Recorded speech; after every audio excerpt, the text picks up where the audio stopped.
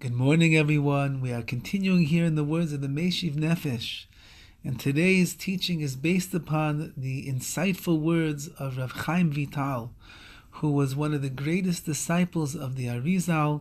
Himself, he was a master of Kabbalah, of mysticism, of the revealed and the hidden aspects of the Torah. And he has a book called Sharei Kedusha, and in that sefer, Sharei Kedusha, which means the gates of holiness, he writes, "She'eshenafshoy atzma bizdakacha ma'oid." There are those nefashos, those souls that are so purified and so radiant that tigale la'adam v'tanhigay b'chol drachav, that they reveal themselves to the person v'tanhigehu b'chol drachav, and they will guide the person in all of his actions. Says of Chaim Vital, he says, what is guiding a person? What is leading them in the directions and the pathways that they go in? What would we like to be the thing that is going to carry us where we're headed?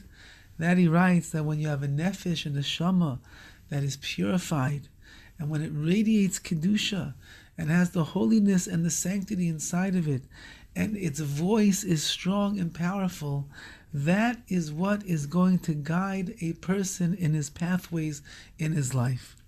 And these words of Rav Chaim Vital are based upon a beautiful midrash from Parshas Lech Lecha.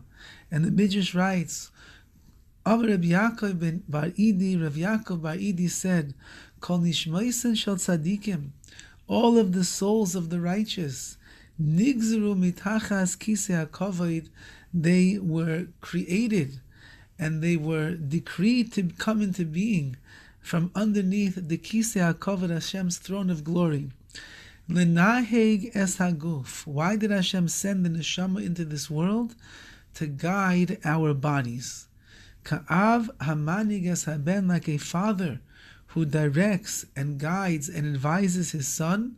He has more knowledge, more wisdom, he sees things better, he knows what is good for his child.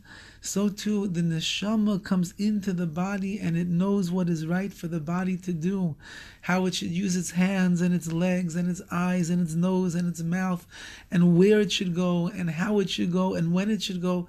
That's what the neshama knows.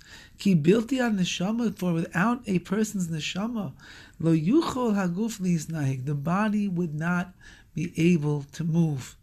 Would not be able to know or to perform the ratzon, the will of his creator. The body also has to do Hashem's will. The body is also responsible for mitzvahs and for becoming a better entity here in this world. Without the neshama, so the body would never know how to handle itself. The neshama teaches and it instructs and it guides a person, and it educates a person in all of the pathways that are straight and righteous. And this is what Rav Chaim Vital is saying over here, that it's not enough just to know that you have a body and that you have a soul.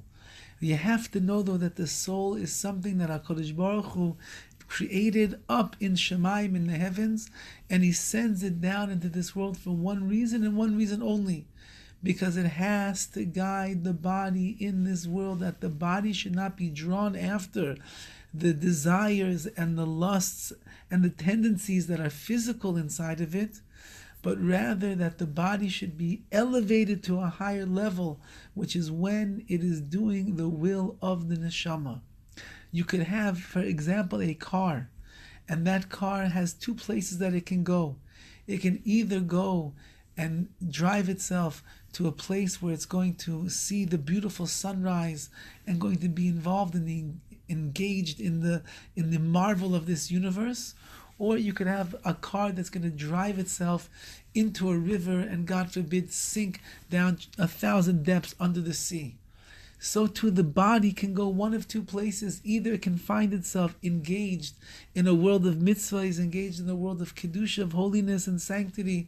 It can occupy its time with things that are positive and beneficial, or it can go and drag itself down into the mud of this world and it can destroy itself. What is going to be the calculated difference in the way that the body is going to behave? It's dependent upon the neshama. If the neshama is coursing through the veins of that body, and the voice of the neshama is loud and clear, and it's being heard, do mitzvahs, become a better person, work on the holiness in your life, and so on and so forth, then the body itself is directed and guided in the right direction. May we use the holy day of Shabbos, which is coming upon us, to get more in tune with the neshama, with our soul, allow it to lift up and elevate the desires of our body, of our physicality, that we do things in line with the ratzon, with the will of HaKadosh Baruch Hu, always finding nachas, favor in His eyes. Have a wonderful day and a wonderful Shabbos.